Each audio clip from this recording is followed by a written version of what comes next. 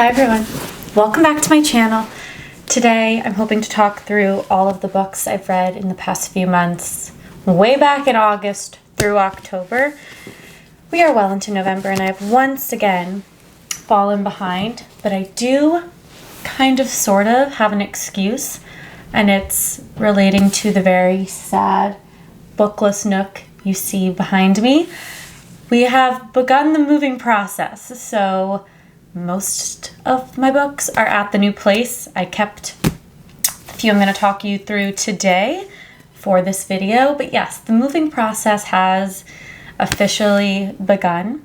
It will be a stretched out one, which is just the way it goes, but I'm very excited.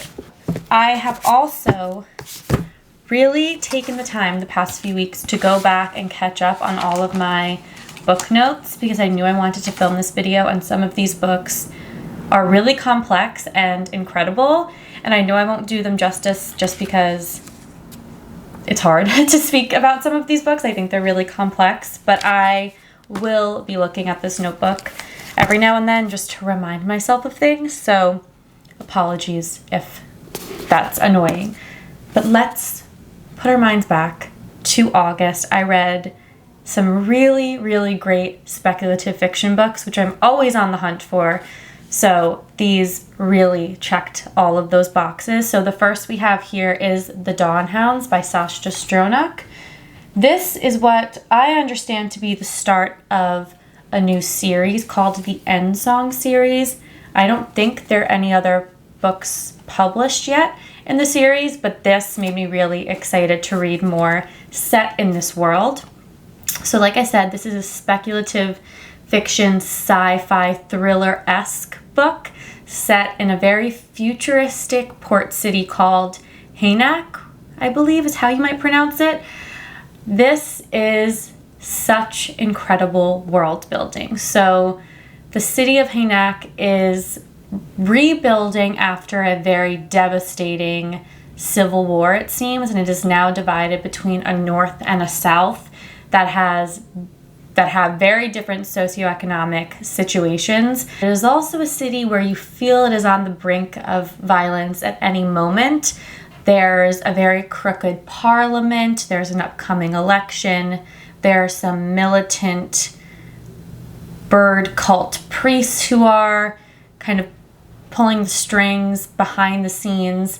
There's a lot, and I think the author does a really incredible job of setting the scene so you understand what's at stake and how volatile the city is while still making it really interesting and engaging to read.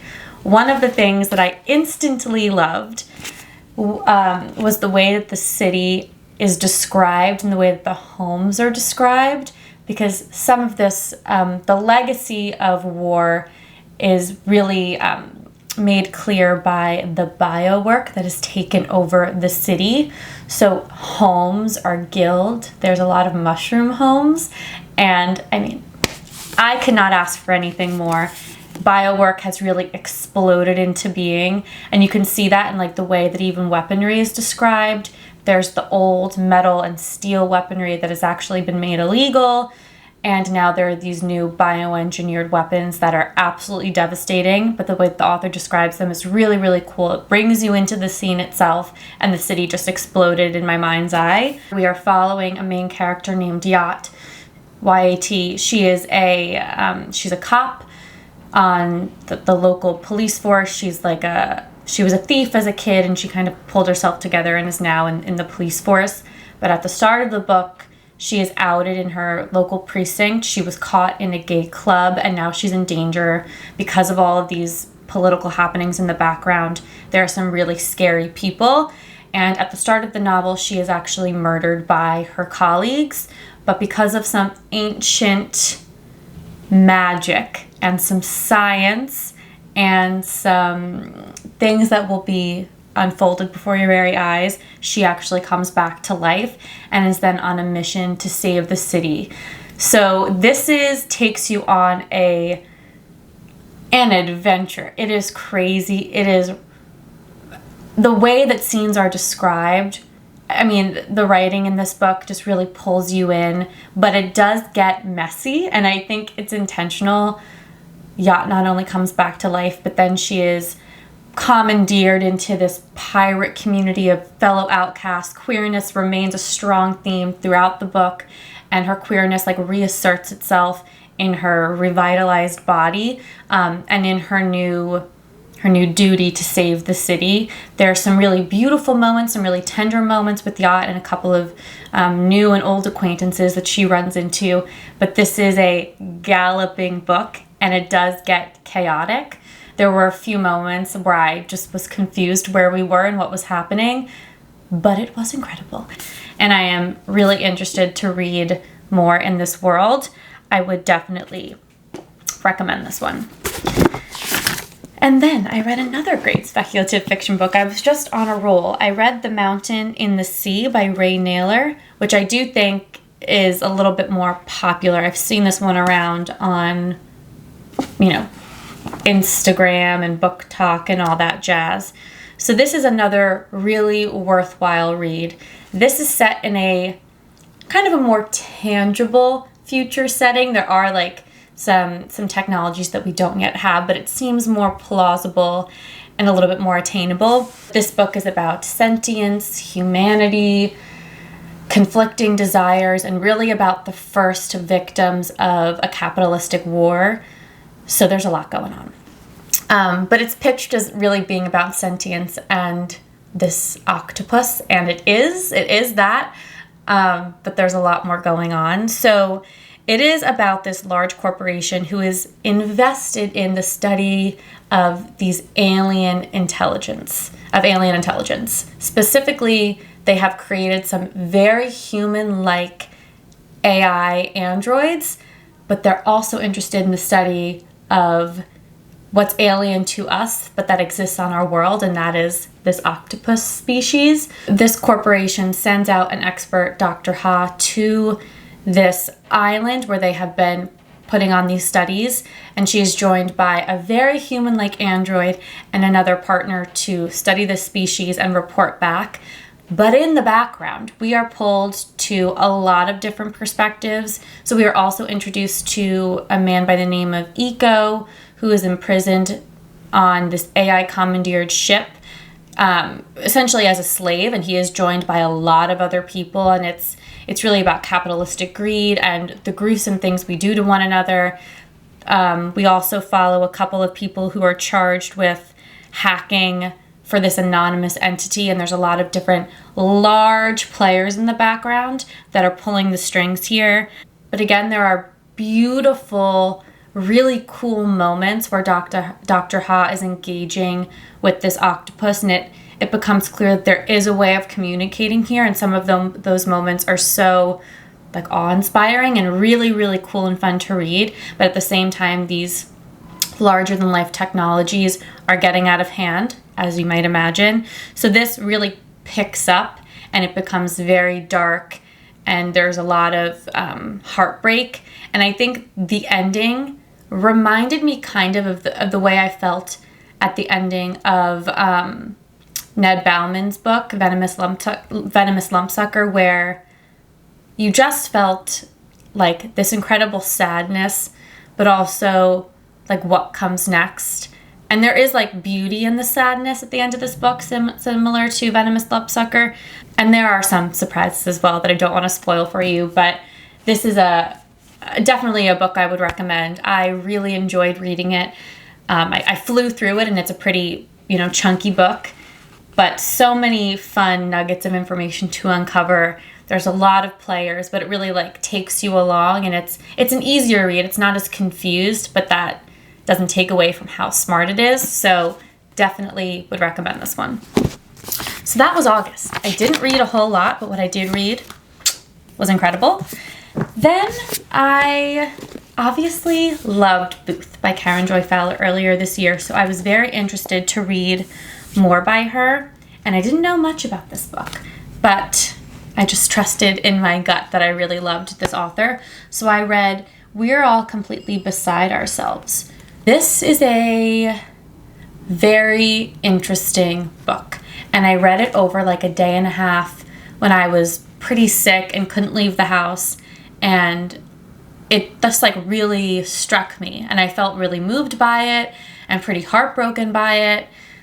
And I don't know if it was just the time and place in which I read it or what, but this book had an impact on me. This is about the Cook family with mom and dad and 3 children, a boy and then twin girls. And it does say it on the back of the book, and I would almost like to not tell you what this book is really about, but because it's on the back of the book, I feel like I might as well say it.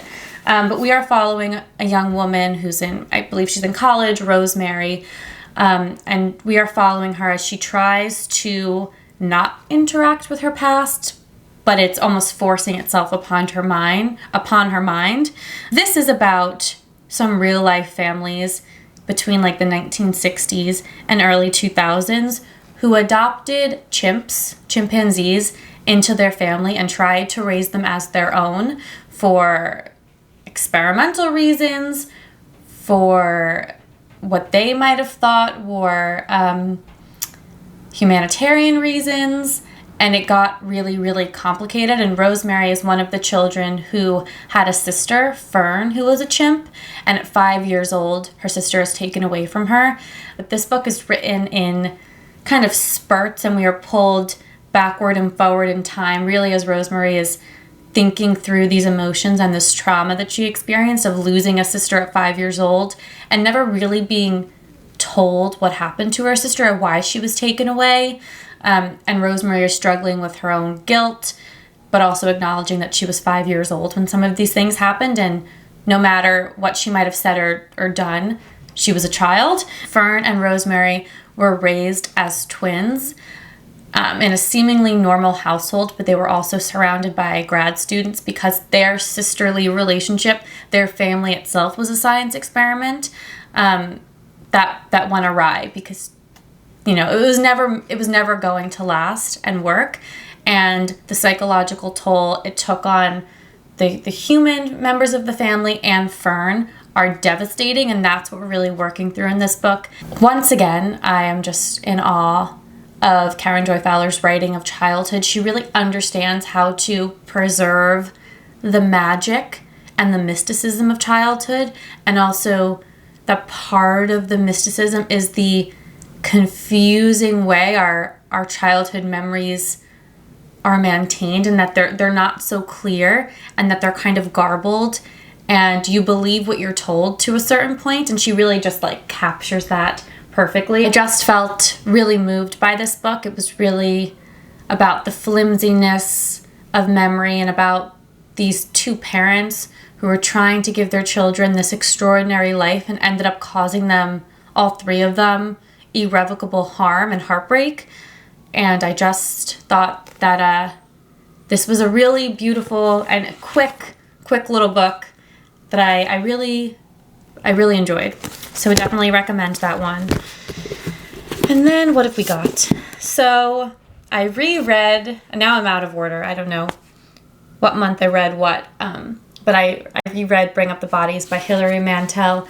I have talked about this book a lot, but it is one of my absolute favorites, and I cannot recommend it enough. This is the 2nd book in the Cromwell series, where now there is this intentional, driven plot of Cromwell helping Henry to remove Anne because she seemingly cannot get him a male heir. And this book is intense. It's fast. It gallops along to Anne's beheading, and Cromwell has risen perhaps too high. So I will never stop recommending this one. Please read it. I read, in this couple months span, I read the last 2 books in the Farseer trilogy by Robin Hobb. So that is Royal Assassin and then Assassin's Quest. So I can't tell you too much about the plot of these books as to not spoil it, but I can tell you how these books made me feel. And I love these books with such an intensity that I feel like I can't even explain why they're so incredible. I am always looking for a fantasy world, a fantasy series to just sweep me off my feet. And Robin Hobb does that to the next level. This book specifically, the 2nd in the series, Royal Assassin, was impeccable. It might not look long because I have an itty bitty edition, but this is a long book, and the third book is, I think, even longer. And I loved every single moment. This book is really about the deepening of Fitz's relationships. This book is so nuanced. There are so many layers. It's about not only Fitz's relationships that he's making with other people, but about the relationships he's forming with animals. Because if you don't remember, this book has a lot of magical elements. There's the skill. There's also the wit. And it appears that our young Fitz is endowed with both. But some of the human-animal relationships in this series are some of my favorite I've ever read. This book is really about the ramping up of tension in the keep, because if you don't remember, Fitz is the bastard son of the previous king-in-waiting who has since died by the name of Hilary. But war is coming ever closer to Buckkeep where they all live, and there are some foes moving about the keep who are not only in danger to Fitz, but a lot of people around him. I cannot even tell you how much I loved this book specifically. And the ending of this book, like, yes, this book made me feel like a kid again, moving through a series like I was reading Inkheart again as a little kid. Like, that's how much I loved this and just could not put it down. I, did not talk to a single soul for, 5 days finishing this one. But the ending of this book, this series is violent. I wouldn't say it's for children, but it makes you feel like a kid again.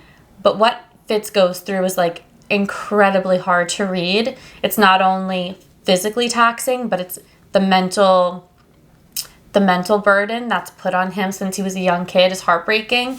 I mean, I don't want to spoil it, but the ending took my breath away. I physically could not stop thinking about it, and I instantly picked up this sucker. So this does have some slow moments as you're moving around the keep with Fitz, but at no point was I bored. This is even though it's chunky, has a much more defined plot. It is really a revenge plot, but there are a lot of other things happening, but this is a long trek to take revenge type tale. And there's a lot of monotony in this book, but again, I enjoyed every single page. I was never bored. I think that monotony and that long journey, repeated motions, repeated feelings is part of that seemingly never-ending journey. But this was such a wonderful ending to the series. I cried. I just the love you feel for Fitz and the people around him makes you feel this book so deeply. The magic does have this really cumulative effect. Again, the human-animal relationships, the human relationships in general, so well done, so nuanced, so detailed, so real, even though there is this overarching magic. And just to remind you, if you forgot, but this series is part of a much larger realm of the Elderlings world. And silly old me, I did read the Rainwilds Chronicles before I read this series, which you should definitely not do. You should start here because I did ruin some things for myself in terms of the magic of the Elderlings, where that is always a tipping point in the series, and you get to a place where you understand, but I knew too much. That's all I will say. I knew too much, but I'm kind of okay with spoilers. I cannot believe that I didn't discover Robin Hobb till I was, 25 years old. And now I cannot wait to read everything she's ever written. I am itching to pick up the Live Ships Trader series, which is I think it's a trilogy, and I think the next one that people recommend to read after this. But I will not soon forget Fitz, and I am certain that I will return to these books at some point because I've just never felt so hugged by a book. Not since Little Women or something. These are wonderful. I just realized that I had forgotten a book in my backpack. But let's talk about My Monticello by Jocelyn Nicole Johnson. This was a real surprise. I hadn't seen too many people talk about this, and I think that's just because I'm not looking in the right places. But my mom actually got me this for Christmas last year, and I just picked it up and I read it in a day, sitting on a beach in Cape Cod because my boyfriend had gone on like an all-day fishing trip, so I was basically stranded on the beach until he got back. This is made up of a couple of short stories, and then at the end of the book is the title story, but that's like a longer novella. This is such incredible writing. It sometimes feels really unassuming and simple, sometimes stating facts in quick succession or even a sequence of events with apparent ease or like sometimes little to no emotion, but I think that's intentional. Each story, each sentence really has this really building cumulative effect where the author is delivering her message, sometimes like a cutting message with so much emotion then at the end, so much heft. So I would say almost all of the stories in this one deal in some way or other with parental expectations for better or worse.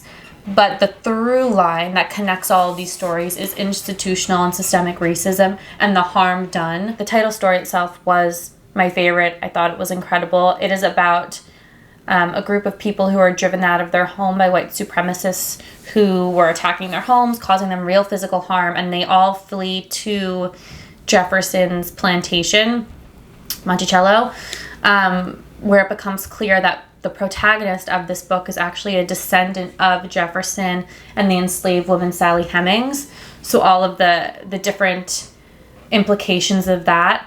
But that story itself is really about the salvation of relationships. They were really complex characters that Nicole Johnson really fleshed out in such a short page count, but you felt these people were real, they were flawed, they were lovable and complex, and the relationship specifically between our protagonist in that story and her grandmother was gorgeous. I would absolutely recommend this one. It took me a day to read, and some of those stories are still moving around in my brain. And then we have a book that I can't help but be disappointed by, just because I had such high expectations after loving the Wormwood series, but this is Far From the Light of Heaven by Tade Thompson, which is Thompson's take on a confined murder mystery plot with the backdrop of space travel and aliens and humans embarking on missions to live in deep space. In this book, it's clear from the offset that humans have been living in deep space for a while now, and across many planets, and there are whole governments set up. And at the start of this book, we are introduced to our protagonist, Michelle, who is charged with captaining a ship with thousands of people who are placed into a dream state, and she's charged with bringing them to a new colony called Bloodroot to set up shop. But once aboard, and after being in this dream state for quite a while, when she wakes up, she discovers that 39-ish people have been taken out of their dream state pod and brutally murdered. And then we quickly get into this murder mystery plot because it seems that the AI who run this ship have turned on the humans, and Michelle is not sure why, if the culprit is still on board, what really happened here and why.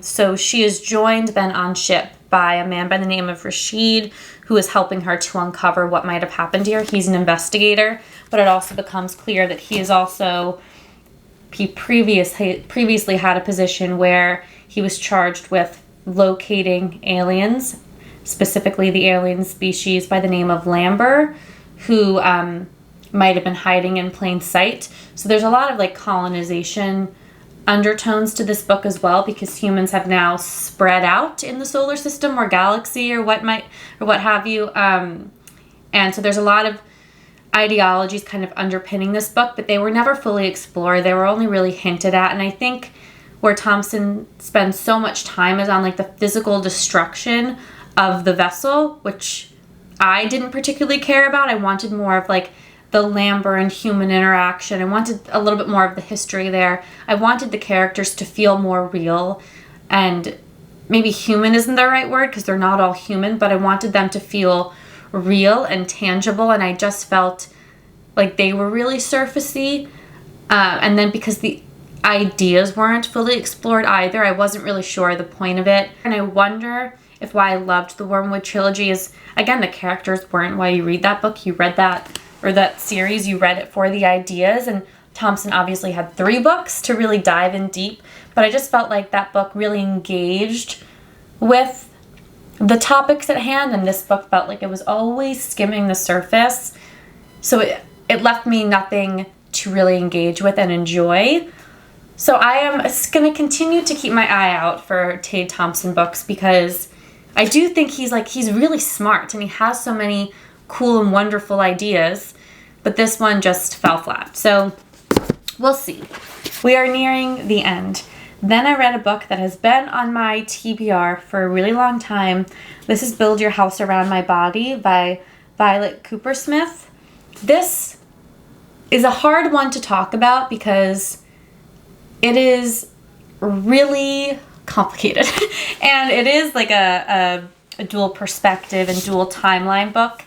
And that's not really the bit that's complicated. I think that type of setup is present in a lot of books, but the actual plotting of this one is a little bit tricky. So, like I mentioned, it's a dual timeline, multiple perspective novel. So we are following a Vietnamese American woman in 2011 who comes to Vietnam to stay with her great aunt, and after a couple of months being there has lost her job, become agoraphobic, and has moved in with kind of an odd man named Long. And then after being introduced to this woman who's called Winnie, it becomes clear that she is unwell. And then there's also a perspective that we're following that's set in the 80s of a woman who disappeared in a plantation in Vietnam, and after she was rescued came back very odd and changed in key ways, and then was married off. And the legacy of that is still very real and very palpable. So things I loved about this book: the beginning, the opening section, set in Long's house where Winnie has moved in with him. I had such a creeping sense of unease and physical discomfort. It was so well done. Long has a lot of these really kind of odd thoughts, thinking that Winnie is hiding in the walls, that she's growing into a tree in his kitchen. It's really odd, and it was giving me vibes of The Vegetarian, like this surrealism, this like female horror. It was great. But then we kind of lost the suspension of that moment. But there were other really intense scenes that were like still seared into my mind. So that's where I feel conflicted about this book, because there was this other scene where we're set in a cemetery, and this fortune teller man figure, who does play a big role in both stories, is interacting with these 3 children, and something horrifying happens in the cemetery. And that moment was so incredibly done. It felt surreal. It felt horrifying. It felt like a Salvador Dali painting. Like, that was so well written. It got overly complex. We're jumping around a bit too much. And I think some of those moments of tension and horror, we lost that. I felt like the author couldn't sustain that feeling through the book. So the emotion and the interest kind of ebbed and flowed, and some of those like connecting moments weren't as interesting. But I will say that the ending, horrible. Absolutely horrible.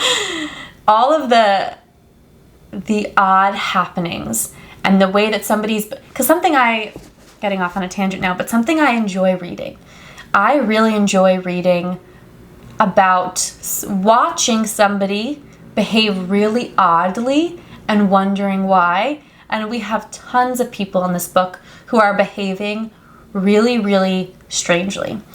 And it makes you feel uncomfortable, and you're not sure why they're behaving this way. And then add in those different elements of horror and intrigue and this dual timeline where everyone is connected in ways you could never really understand. And then the ending just made it feel like cheesy. So I can't say I loved it. And then I think we are on our last book. And this is not a book that I feel equipped to discuss, even though I just discussed it in depth with a new book club that I joined. So I read Virginia Woolf's To the Lighthouse because I joined a real life in-person book club, and it's one of the best things I've done so far living in the city, and we've only had one session. We are set in the Isle of Skye in Scotland, watching and interacting with the Ramsay family. So there's Mr. and Mrs. Ramsay and their 8 children, and then different boarders and visitors that they invite to stay with them.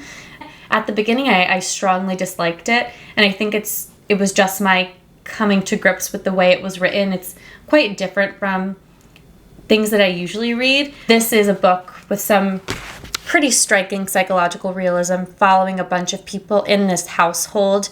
And during our book club, we focused a lot on the character and the person of Mrs. Ramsay as this maternal, mothering figure, but also all the different elements of her. And you just feel like she's about to explode in her interactions with Mr. Ramsay and a couple of the other men who are invited to board with this family. And then we also focused a lot on the character of Lily Briscoe, because our book club is focused on the female artist and the way that Lily and Mrs. Ramsay differ and ebb and flow. And I don't know that I can really explain all the intricacies of this book because the professor really made me see some of them. So yes, I am excited to continue my book club and kind of making my brain think in an academic way again. It's like kind of like a muscle, getting that working again. But yeah, I'm very, very glad I read this. So those are the books I've read in the past few months. I am feeling pretty good about my reading recently. I feel like I've gotten into a groove, and I am really enjoying some of the books that I've discovered this year. So yes, let me know if you've read any of these. I will be on YouTube a lot more in the near future. I'm really trying to get into a rhythm, and now that we're going to be in a new space where I will have considerably more space, I think that it will be a lot easier for me to have a presence here. But yes, thank you so much for watching, and I will see you very soon. Bye, everyone.